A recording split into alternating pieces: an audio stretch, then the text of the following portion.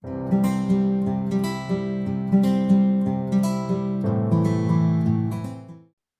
selamat pagi. Kami dari kelompok 30, yaitu kelompok New Zealand. Hari ini mau mengadakan podcast yang langsung dibawakan oleh aku, Elin Francisca, sebagai MC-nya dan membawa 4 narasumber, yaitu ada. Halo, aku Amala Soleha. Di sini aku nanti akan membawakan topik yang kayaknya relate sama kita semua, yaitu manajemen stres. Halo, kalau aku Naram Sasbi, itu bisa dipanggil Rara. Aku di sini bakal ngebawa topik tentang tips menghilangkan nervous nih, atau cara-cara mengurangi nervous seperti itu. Halo, aku Farah Zafir Yasmin. Aku mau bawain topik tentang time management. Halo, kalau aku Hanitu Salawati, di sini bakal ngebawain topik mengenai lifestyle. Oke, jadi itu adalah keempat narasumber hari ini. Jadi sebelum itu kita mau memulai dulu dari podcast hari ini. Itu kita mulai dari Kak Hanis. Halo, Kak Hanis. Halo. Iya. Oh, Kak Anies. Jadi di sini tuh kalau nggak salah Kak Anies tuh mau membawakan tentang lifestyle ya. Iya, benar banget. Nah, menurut Kak Hanis sendiri lifestyle itu apa sih? Mungkin bisa Iya, diberikan pendapat gitu. Ya, jadi kalau lifestyle itu menurut aku sendiri itu merupakan pola hidup atau gaya hidup yang kita bawa di dalam masyarakat. Gitu. Terus untuk lifestyle sendiri tuh kayak ada gejala-gejala pada lifestyle secara kecemasan tuh gimana sih? Kayak siapa tahu Kak Anis tahu bisa dikasih buat teman-teman yang mendengarkan podcast ini nantinya. Wah, iya, benar banget ya. Jadi kalau kita bicara tentang lifestyle, kita biasanya akan dikaitkan dengan kecemasan nih. Dimana kok bisa sih, bisa dari lifestyle bisa jadi kecemasan. Karena kalau kita pikir-pikir, dari kita lifestyle, kita berperilaku atau berpola hidup, biasanya itu kan dipengaruhi dari pikiran ya. Nah, masalah dari pikiran sendiri itu biasanya kecemasan atau ansietas itu. Oh, jadi untuk gejala kecemasannya itu ada lagi atau hanya itu doang, Kak, kira-kira? Oh, ada pastinya. Jadi kalau kita mau lihat nih, misalkan di orang ini nih ada ansietas atau ada kecemasan nih. Biasanya dari orang itu ada gejala-gejala nih, kayak misalkan dia tuh tegang, terus dia tuh jadi mudah marah, mudah tersinggung, terus juga dari raut wajahnya itu berbeda gitu dari yang biasanya. Terus juga dia jadi ada masalah kesehatan. Karena dari pikiran itu sendiri biasanya akan timbul-timbul masalah atau komplikasi ke masalah kesehatan. Tapi bukan berarti dari kecemasan itu langsung jadi penyakit gitu ya, bukan. Jadi kecemasan ini merupakan kayak faktor predisposisi presipitasinya. Jadi kayak faktor pendukung adanya penyakit tersebut. Jadi merupakan faktor lah. Oh iya, ternyata gejala kecemasan tuh banyak banget ya. Kira-kira tuh, kira-kira kalau misalnya ada gejalanya sebanyak itu, ada sih nggak sih cara mengatasinya? Pasti ada dong. Jadi kalau misalkan boleh aku sebutin satu kasus ya. Ya, boleh. Jadi misalkan kita bawa kasus ada di ibu hamil. Dia lagi ada di masa pandemi ya misalkan. Nah, dia kan biasanya keluar atau refreshing gitu kan. Namun kalau di pandemi kan dia nggak bisa kemana-mana ya. Jadinya dia di rumah aja, ngapain-ngapain di rumah, kayak mau bekerja juga dia dari rumah. Bisa dia menimbulkan stres atau ansietas itu.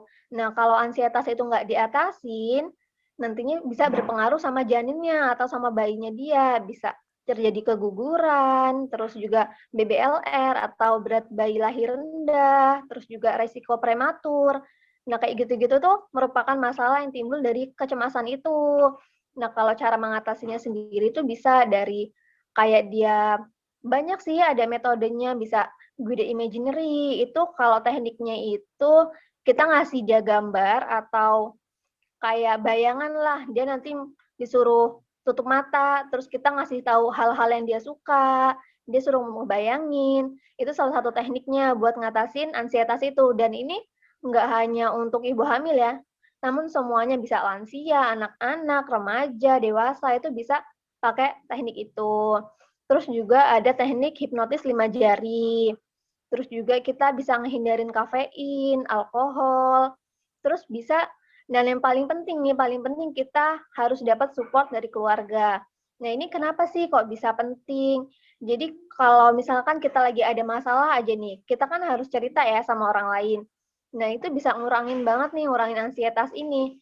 Selain kita ngurangin ansietas ini, itu juga bisa kita dapat apa ya, dapat problemnya gitu, dapat masalahnya apa dan cara ngatasinnya apa gitu. Jadi nggak kita pendem sendiri gitu. Mungkin itu sih cara-caranya. Berarti lifestyle itu bergantung sama bagaimana cara pola pikir atau bisa dibilang stres kita ya. Bisa Iya. banget. Makasih ya Kak Hanis untuk dia punya sedikit dari Kak Hanis untuk saran-saran, tips-tipsnya, bahkan memberitahu pengertian lifestyle itu apa. Sekarang kita bakal melanjutkan ke Kak Amala, karena seperti yang kita ketahui, lifestyle yang baik itu dipengaruhi dari bagaimana cara manajemen stres kita yang kita kendalikan. Halo halo Kak Amala. Halo Kak Alin. Ya, ini relate banget ya sama topiknya aku nih. Ini relate banget. Jadi di sini aku tuh mau tahu dari Kak Amala sendiri tuh bagaimana sih pengertian latar belakang dari manajemen stres itu sendiri? Oke. Mungkin sebelum kita bahas tentang manajemennya ya, kita perlu ketahui terlebih dahulu untuk pengertian stres itu sendiri. Nah, jadi stres ini apa sih?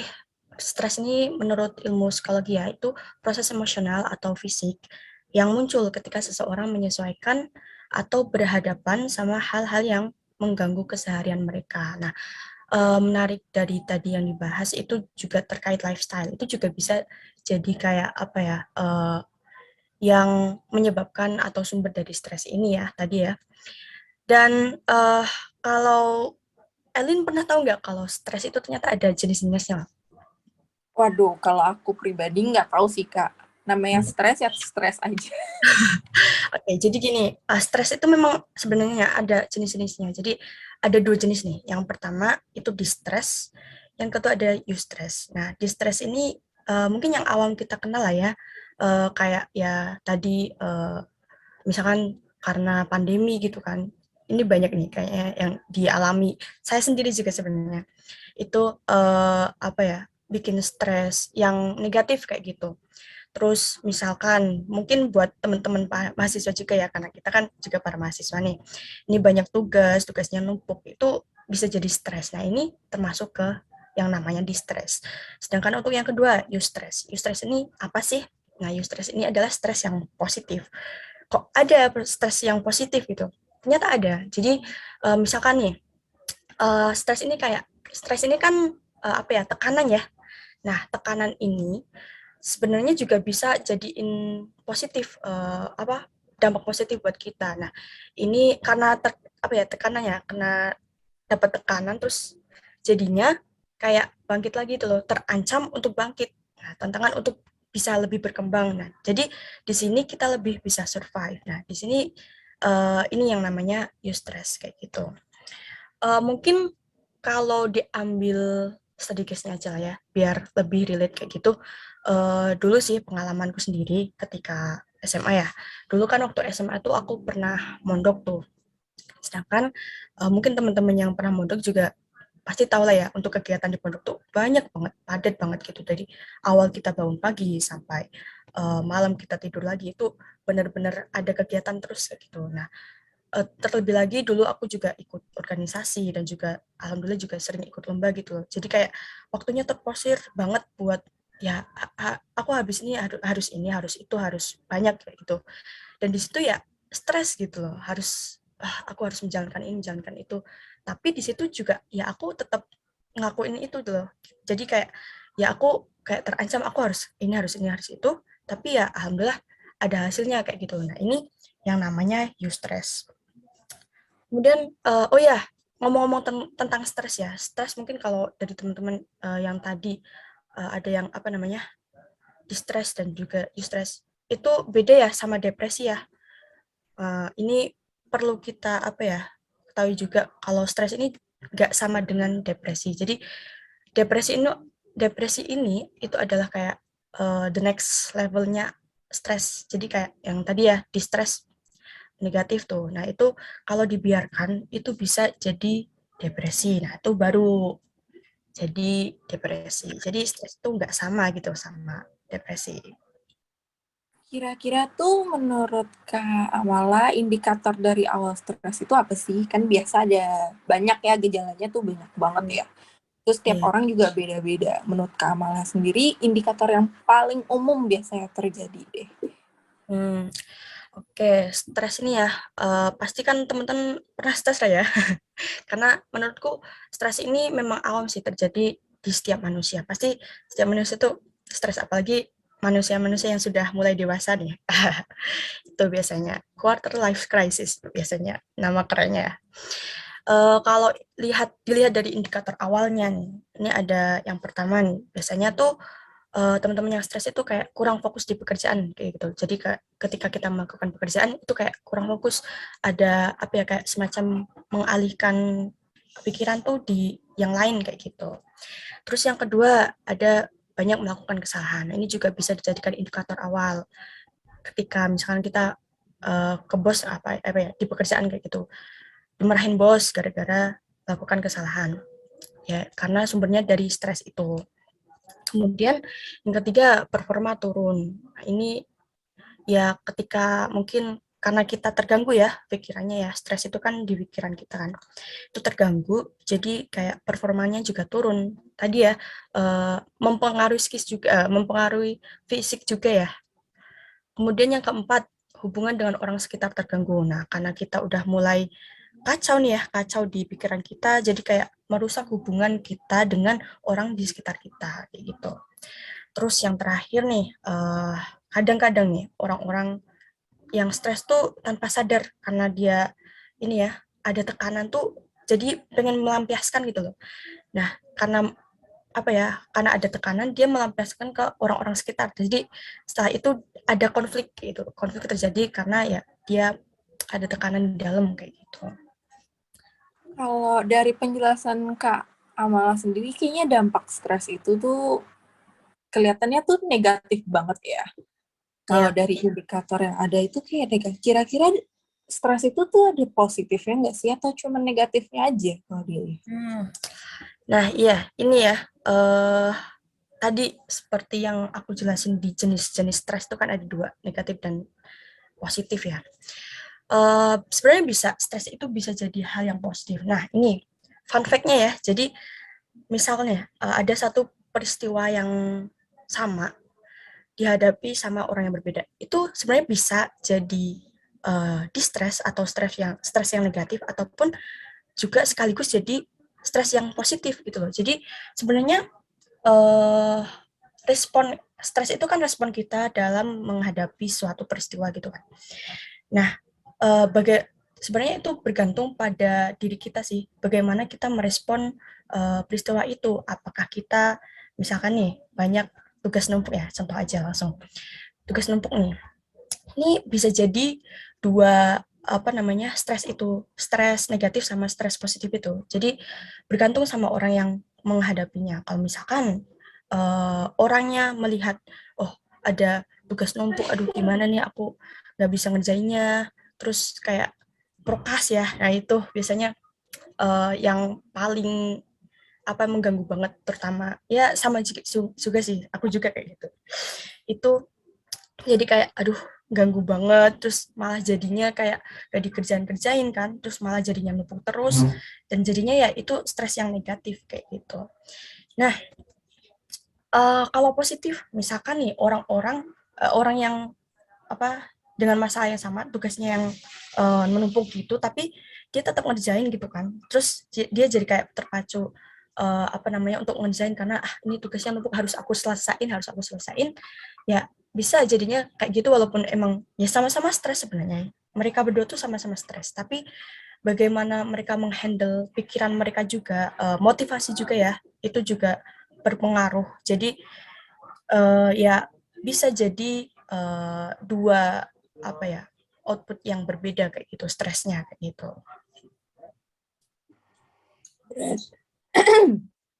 Sorry. Aduh, apa nih? Minum obat dulu deh. Aduh.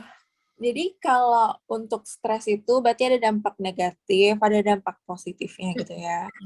Tetapi lebih memicu ke dampak negatifnya kalau dibahas kayak secara dari tadi itu kayaknya dampak stres tuh lebih banyak ke negatifnya ya.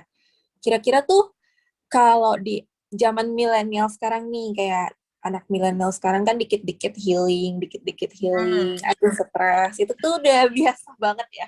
Kayak kita tuh udah denger kayak gitu tuh udah biasa banget gitu. Iya, Itu benar-benar. tuh ada nggak sih cara mengatasinya tuh? Karena kalau dikit-dikit healing yang aku tahu nih pribadi, pendapat aku, healing dari anak milenial sekarang tuh kebanyakan ngamburin duit atau pergi ke Benar. jalan gitu ya. Selain itu mungkin ada cara mengatasi yang lain gitu. Oke. Kalau kita ngomong tentang healing ya, ini ya juga karena proses yang sebenarnya salah satu pilihan solusi untuk stres ini ya. Nah, kalau kita ngomongin tentang stres ini sebenarnya untuk persepsi anak-anak milenial ini tadi ya kayak kok stres tuh kayaknya negatif kayak gitu. Sebenarnya ini juga mungkin agak salah persepsi ya dari anak milenial. Bukan menyalahkan sih, cuman kayak karena stres ini selalu dianggap negatif gitu loh. Jadi kayak aku stres, aku harus healing gitu tuh. Padahal ya tadi kalau kita lihat case-nya, misalkan tugas numpuk. Oh ya ini ngomong-ngomong tentang healingnya anak-anak milenial, aku pernah lihat nih kayak ada yang kemarin sempat viral nih, itu ada yang bikin status WA gitu kan. Itu tuh cerita kalau dia kan udah kuliah tuh, terus kayak capek banget kuliah, terus aku butuh harus healing nih selama 6 bulan kayak gitu. Pernah dengar gak sih, Elin? Nggak pernah. Aku Nggak kalau pernah. stres jarang healing. Oh. Terus kalau stres gimana nih kalau Elin sendiri? Aku pribadi kalau stres biasanya kalau nggak tidur. Tidur sih, biasa aku tidur, iya.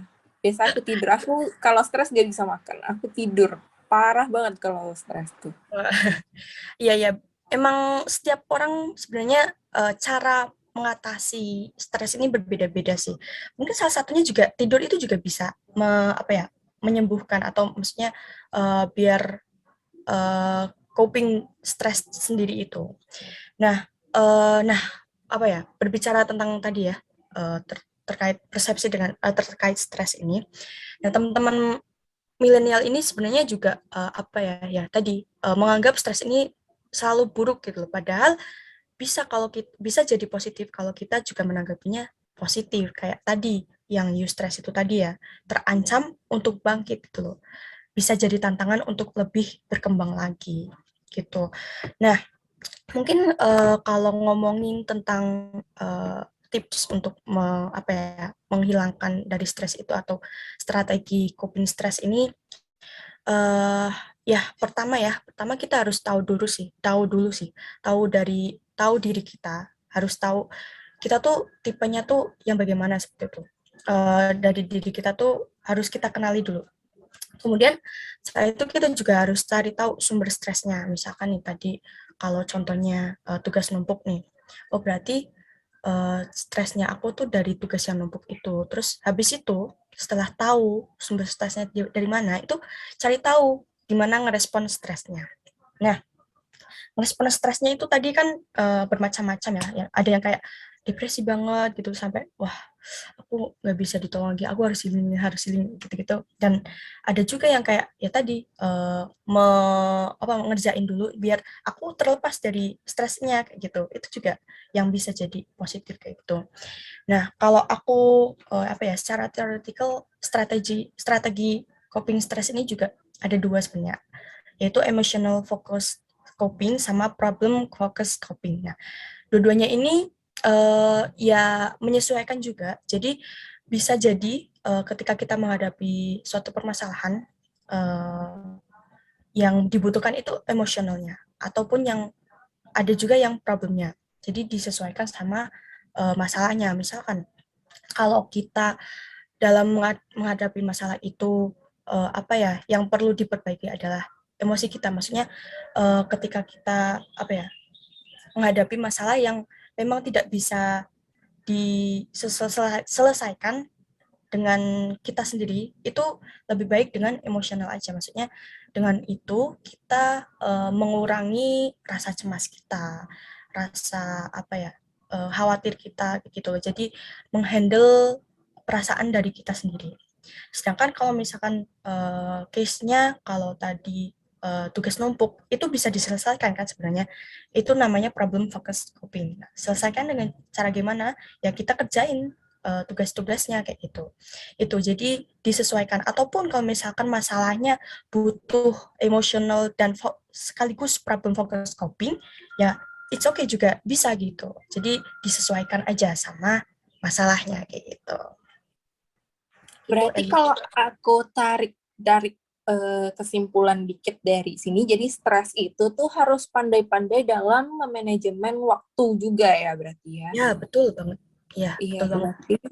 berarti habis ini tuh, habis dari Kamala, kita bakal masuk ke salah satu narasumber kita yang bakal membahas tentang bagaimana cara memanajemen waktu. Ayo, dari Kak Jianya, makasih ya Kamala untuk info-infonya. Saya juga sudah mengundang Kak Eli. Ayo, halo Kak Jia. Halo Kak Elin. Iya, halo. Jadi Kak Jia ini kalau nggak salah di sini sebagai narasumber untuk membahas mengenai bagaimana cara memanage waktu, betul bukan? Betul.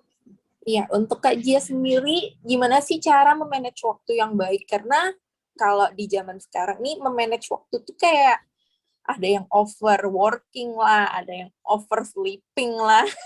Banyak banget ya. Iya betul banget tuh Kak Elin. Mungkin aku kasih contoh dari aku dulu ya. Nih, salah satunya masalah mahasiswa atau remaja itu pasti time management. Dimana kita milih SKS aja kita perlu nyocokin waktu di mana kita free. Belum lagi kegiatan organisasi, terus di luar organisasi itu sendiri. Kalau kita nggak pinter-pinter untuk time management, ini bisa banget untuk bahaya gitu ya. Aku dulu jadi maba juga bingung, shock culture kuliah, terus abis itu aku pas jadi maba aku langsung masuk 1-2 organisasi, pusing kan, terus jadinya burn out. Gimana nih kalau Kak Elin dulu jadi maba bingung gak sih cara time manajemennya? Kalau aku enggak sih. Aku memang dari awal tuh harus memanage waktu aku dulu. Jadi yang jadi prioritas aku biasa aku utamain. Keren banget nih, aku pusing sih dulu, jadi burn out akhirnya. Nah, di sini along the way as mahasiswa, aku akhirnya nemu beberapa tips nih. Aku sampai sekarang makai tips ini. Ini based on my experience ya. Oke, Mungkin boleh dikasih tahu tips-tipsnya apa aja sih? ini dari tips yang pertama ya. Tahu bagaimana waktu itu dipakai. Bagaimana sih cara tahu waktu itu, kapan kita memakainya? Biasanya aku pakai sistem pencatatan di weekly planner. Di kamar aku ada khusus whiteboard gitu, isinya rangkuman jadwal-jadwal aku dari hari Senin sampai hari Selasa. Maksudnya hari Minggu. Nah, di situ hal-hal yang menurut aku penting akan aku tulis perharinya dengan catatan. Misal, hari Senin ada pelajaran manajemen keuangan nih, dicatatnya ditaruh pada waktu jam 13.15. Terus di hari itu juga apa sih yang harus aku lakukan? Nah, aku tulis di situ. Untuk membedain, aku pakai spidol biru untuk nandain deadline dan juga aku pakai spidol warna merah untuk kegiatan yang aku lakukan. Nah, satu tugas itu nggak bakal aku langsung lakukan tuh di hari itu secara bersamaan. Akan aku bagi ke 7 hari, yang penting perencanaannya itu realistis dan nggak ngepas deadline. Jadi biasanya deadline-nya hari Senin akan aku pindahkan di hari Minggu, kayak gitu, 1 hari sebelumnya. Nah, setelah selesai aktivitasnya, langsung aku checklist di malam harinya. Jika aku lupa nih, misalkan aku lupa, jadi malamnya akan ke remind, oh ini tugas yang belum aku kerjakan, gitu. Terus tips yang kedua nih, menentukan prioritas. Nah, sebelumnya aku udah sebut aku memakai weekly planner. Jadi aku tadi udah bilang aku pakai spidol merah dan pakai spidol biru. Nah, spidol biru itu dimana aku set prioritasnya. Artinya deadline itu hari itu memakai spidol biru. Lalu jika yang biru-biru nih udah selesai, aku beralih ke spidol merah. Sebenarnya semuanya itu dimulai gimana sih kita nyusun kegiatannya. Setelah itu kita tahu kegiatan apa yang harus kita lakukan hari itu. Baru deh kita set prioritasnya. Nah, aku juga nentuin deadline-nya itu dari jauh-jauh hari nih. Misalkan tugas organisasi, aku harus minta ke tim leader aku deadline yang pasti. Jadi bisa aku set dari jauh-jauh hari gitu. Lalu tips yang ketiga, aku memakai waktu scheduling. Selain whiteboard itu, aku pasti ada bantuan waktu scheduling digital. Aku biasanya pakai aplikasi Time3. Di situ kayak kalender digital, tapi di situ bedanya kita bisa masukin nama kegiatan sesuai tag-nya. Misalkan untuk kegiatan kuliah biasanya aku pakai tag warna abu-abu. Untuk kegiatan organisasi aku pakai warna biru. Dan masih banyak lagi. Nanti misalnya ada kegiatan nih, di situ udah kelihatan warna-warninya, dan 5 menit sebelum kegiatan itu nanti ada notification yang pop up di HP kita. Selain itu, aku juga nulis checklist di notes, jadi biar double checking aja sih gitu. Lalu selanjutnya harus rapih, harus terorganisir. Misalkan nih, aku hari ini ada tugas membuat video pokok yang lumayan menghabiskan waktu. Jadi aku set timer misalkan dengan waktu yang realistis agar nggak mepet dan nggak overtime. Jadi misalkan 2 atau 3 jam aku habiskan untuk membuat video pokok. Nah, baru setelah aku selesai membuat video pokok, baru setelah itu aku lanjut kegiatan selanjutnya gitu. Terus tips yang keempat, penjadwalan yang tepat. Ini ngaruh banget untuk aku juga. Jadi biasanya aku naruh waktu biasanya nih.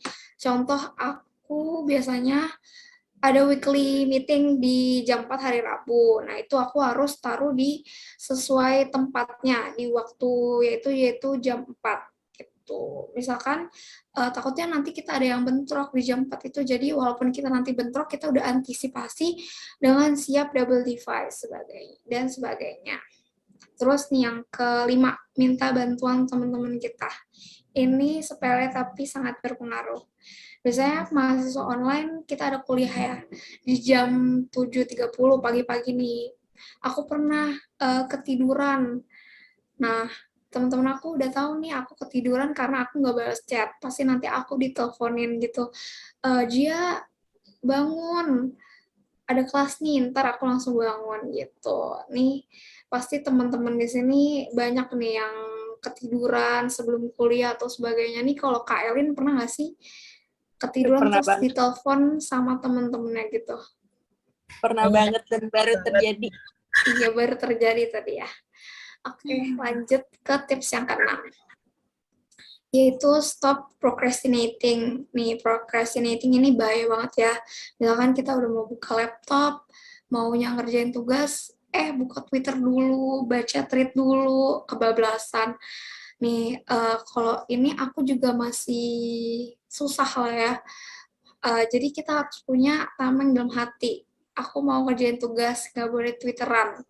Harus ngerjain tugas dulu baru twitteran. Walaupun kadang aku juga masih susah banget ya untuk tidak melakukan hal ini, buka laptop terus didiemin aja sampai baterainya habis, nggak ngerjain tugas gitu. Lalu tips yang terakhir dari aku, reducing multitasking atau kurangi multitasking. Ini biasanya cewek-cewek nih suka atau jago banget untuk multitasking. Sebenarnya aku juga masih kebiasaan buruk sih untuk multitasking karena menurut aku itu enak ya. Misalkan rapat nih sambil ngerjain tugas atau tugas sambil makan, itu juga termasuk multitasking. Nah, sebelumnya aku udah nge-search ada beberapa studi yang menunjukkan bahwa multitasking itu tidak menghemat waktu, bahkan sebaliknya mengakibatkan hilangnya produktivitas kita. Jadi multitasking yang rutin itu dapat menyebabkan kesulitan dalam berkonsentrasi. Dan itu tuh tidak mempertahankan fokus kita. Jadi bahaya ya untuk multitasking itu. Aku juga kadang-kadang ngerasa tiba-tiba suka linglung atau suka bingung ngapain jadinya gitu. Itu tips-tips dari aku sih soal time management. Kalau dilihat dari tips-tipsnya gitu kan kayak biasanya sih kayak wah mudah banget sih, kayak aku pasti bisa hari pertama, hari kedua, hari ketiga, tiba-tiba langsung hari beberapa kemudian tuh kayak langsung bablas balik ke kita yang awal gitu sih. Menurut Kak Jia tuh kayak gimana sih kayak pendapat Kak Jia soal yang kayak gitu? Karena kan banyak ya kayak gitu, apalagi kayak oke, hari ini aku niat, tiba-tiba besok-besoknya niatnya tuh langsung hilang gitu. Atau sebulan niat, bulan keduanya udah nggak niat gitu. Mungkin Kak Jia ada saran-saran atau tips-tips untuk orang-orang yang seperti itu gitu. Kalau dibilang kayak gitu, aku juga kayak gitu, aku pernah kayak gitu, kayak Lian. Dulu aku pernah kayak yang bener-bener males, karena di situ aku nggak ada tugas, tapi sebenarnya bukan itu yang dicari. Yang penting kita, walaupun kita males, tapi nanti kita tetap lanjutin gitu. Nggak apa-apa males di tengah, tapi yang penting di akhirnya kita ngelanjutin gitu sih kalau dari aku. Berarti kalau dari dilihat gini, jadi time management itu tergantung dengan sikap kita ya. Iya, benar Itu banget. berpengaruh besar banget ya kalau aku dengar Iya, gitu. Kalau betul. untuk masalah tips-tips menghilangkan nervous, tips-tips sikap-sikap ini harusnya nanya ke Kak Rara langsung sih ini. Makasih ya Kak Jia untuk informasi-informasinya, bagus banget. Sama-sama Kak Elin. Halo Kak Rara. Halo, halo. Halo Kak Rara. Jadi Halo di Kak sini tuh Elin. iya, Kak Rara ini membahas mengenai tips menghilangkan nervous, sikap-sikap gitu ya. Kalau Iya, aku bisa lihat di dibilang. sini. Cuman mungkin bukan menghilangkan ya, tapi mengurangi gitu, biar nggak terlalu nervous banget gitu. Kadang kan kalau misalkan kita udah nervous, kayaknya buat dihilangin tuh agak susah ya. Mungkin lebih ke rasa calm aja gitu. Kalau menurut Kak Rara sendiri, nervous itu apa sih? Kayak sikap nervous itu apa gitu? Kalau misalkan aku cari di KBBI ini ya, nervous itu bisa dibilang berbuat atau berkata dalam keadaan tidak tenang, terus dia itu jadi gagap, kemudian sangat tergesa-gesa, kemudian akhirnya jadi bingung, seperti itu. Waduh, berarti nggak boleh ya punya sikap kayak gitu tuh harus dikurangi ya. Iya, benar-benar. Karena jatuhnya tuh kita untuk melakukan sesuatu, terus kita gugup, itu biasanya jadi ngeblank. Kita mau ngelakuin sesuatu gitu. Seperti itu sih. Kira-kira ada tipsnya mungkin untuk mengurangi sikap nervous. Biasa nggak gampang loh ngilangin sikap nervous Nah, tuh. iya benar yang tadi aku bilang kalau misalkan saat seseorang itu udah ngerasa nervous atau gugup gitu kan untuk ngelakuin sesuatu pasti agak susah gitu kan untuk ngehilanginnya. Nah, tapi aku nih udah ngumpulin beberapa referensi, terus menurut aku juga lebih apa ya relate lah sama yang aku lakuin gitu untuk ngurangin atau ngilangin nervous itu. Nah, yang pertama itu kita bisa langsung hadapi dan jangan takut. Jadi biasanya kan kita kalau misalkan nervous itu pikirannya tuh kayak takut nanti kalau misalkan aku ngelakuin kayak gini nanti orang mikir kayak gimana ya gitu kan. Banyak banyak apa ya banyak pemikiran-pemikiran yang negatif lah tentang kalau misalkan kita untuk ngelakuin sesuatu tuh bakal kayak gimana gitu. Jadi kita udah ngebayangin yang buruk-buruk gitu tentang hal yang bakal kita lakuin gitu. Jadi sebenarnya tuh intinya kita harus menghadapi dan jangan takut gitu ya. Udah iris by iris gitu. Jadi kayak kita hadapin aja apa yang bakal terjadi gitu. Terus kemudian yang kedua, kita bisa persiapkan nih, persiapkan kondisi yang akan terjadi. Jadi dari sebelum-sebelum harinya gitu, untuk misalkan kita lagi pengen presentasi, biasa kan kita presentasi itu bakal gugup ya, ya kan ya Elin ya? Kayak apalagi terus Biasanya sih. makanya ketemu orang baru gitu itu juga bisa gugup gitu kan. Nah, jadi sebenarnya kita tuh bisa persiapkan nih dari jauh-jauh hari gitu. Apalagi presentasi kan pasti kita nyiapin materinya dan segala macam gitu kan. Jadi kita tuh bakal tahu gitu. Jadi intinya kayak prepare for the worst case juga sih kalau misalkan kita ketemu orang gitu kan. Eh, Kemudian yang ketiga tuh kita harus berpikir positif, yaitu karena kan semua awal dari nervous itu intinya dari pikiran kita sendiri ya, yang tadi aku bilang yang pertama. Kalau misalkan udah nervous itu harus hadapin dan jangan takut gitu. Nah, kita gunanya apa sih kita berpikir positif ya karena itu untuk reduce atau mengurangi hal-hal yang bakal ngebuat kita tuh jadi jelek gitu nantinya gitu. Jadi kita harus berpikir positif atau lebih ke percaya diri tentang apa yang bakal kita lakuin atau kita sampaikan kepada orang seperti itu. Kemudian yang keempat tuh kita bisa menggunakan apa ya kayak misalkan baju favorit atau pewangian favorit. Jadi itu kan menaikkan mood kita ya. Jadi aku nge-search beberapa dari di web gitu kan kalau misalkan wangi itu bisa naikin mood kita gitu. Jadi wangi itu bisa nentuin kita tuh moodnya kemana. Kalau misalkan kita wangi ke bau yang bau gitu kan mood kita jadi jelek gitu. Cuman kalau misalkan kita misalkan dari awal kita udah siap nih pengen presentasi terus kita pakai minyak wangi yang favorit kita gitu. Terus itu kan jadi bikin mood kita naik kayak jadi lebih percaya diri seperti itu. Jadi kita bisa lebih enak untuk menyampaikannya seperti itu. Jadi nggak tegang lagi kitanya. Kemudian yang kelima itu kita bisa lakuin teknik relaksasi tubuh.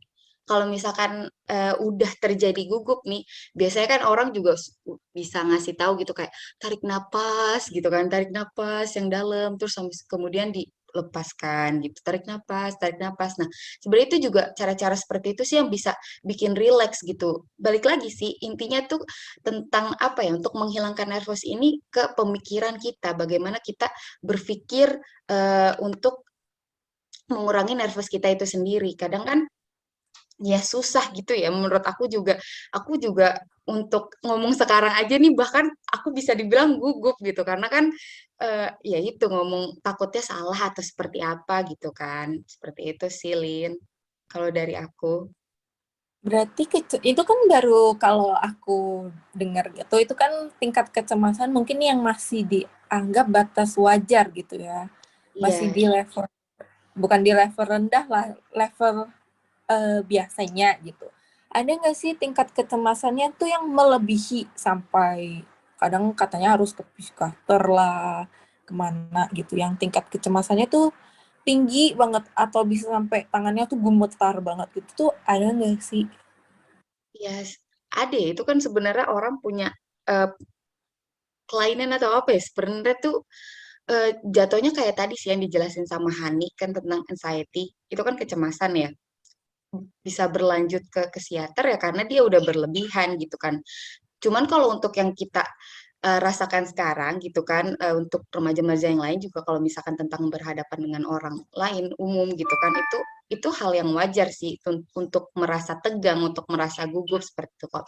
Kalau misalkan orang udah merasa sampai berlebihan yang shaking yang udah tremor parah banget gitu kan, ya berarti memang dia mempunyai kelainan tentang kecemasan atau mempunyai disorder anxiety seperti itu.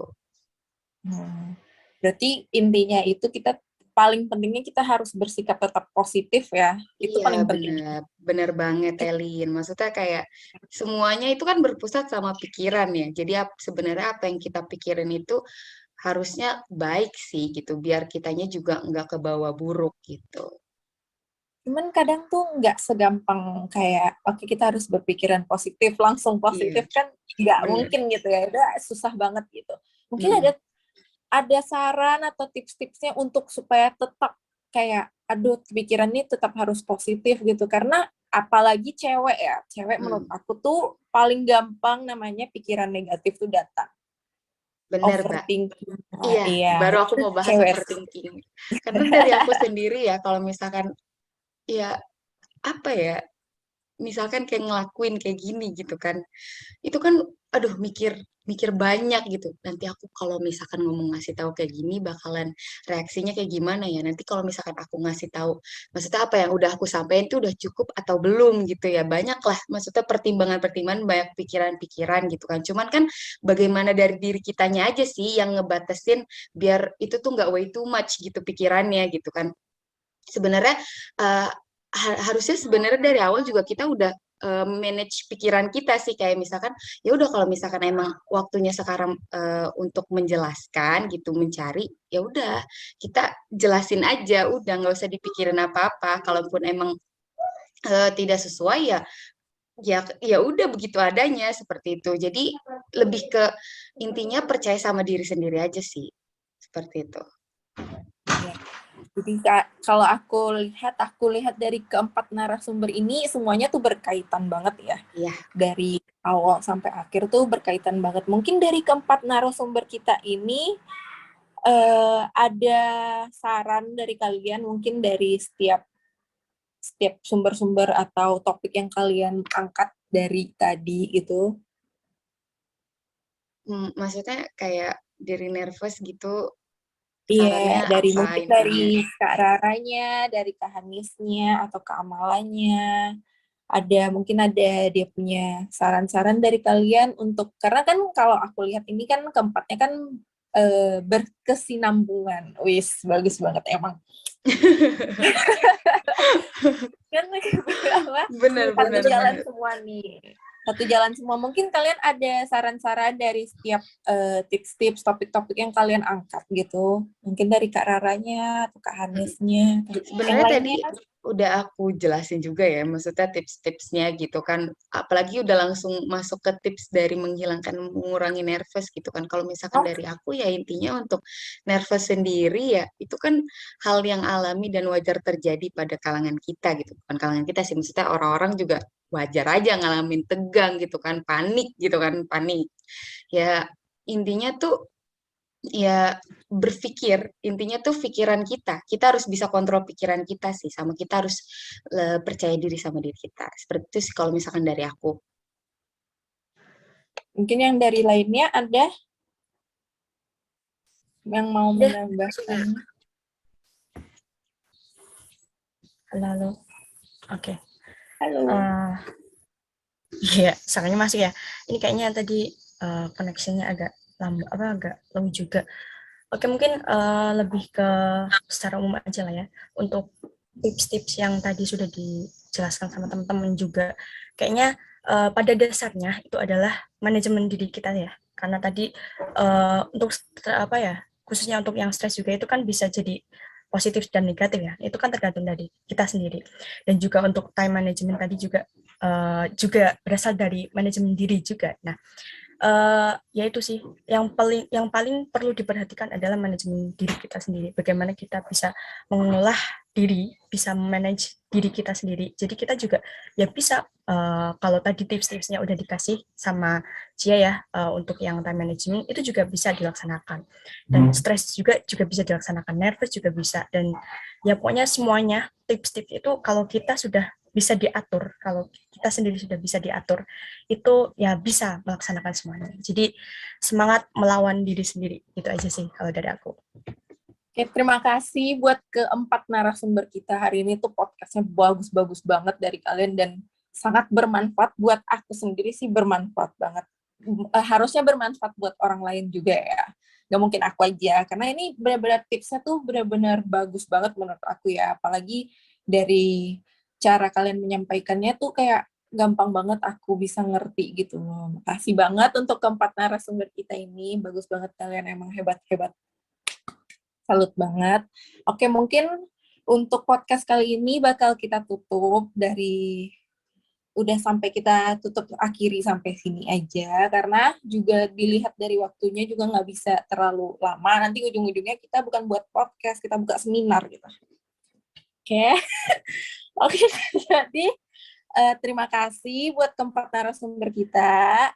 Jadi sekian dari podcast hari ini. Lain kali kita adakan podcast selanjutnya. Ini dari kelompok 30 New Zealand. Dadah. Terima kasih. Dadah. Makasih Makasih. Kailin, makasih narasumber-narasumber yang lain. Keren.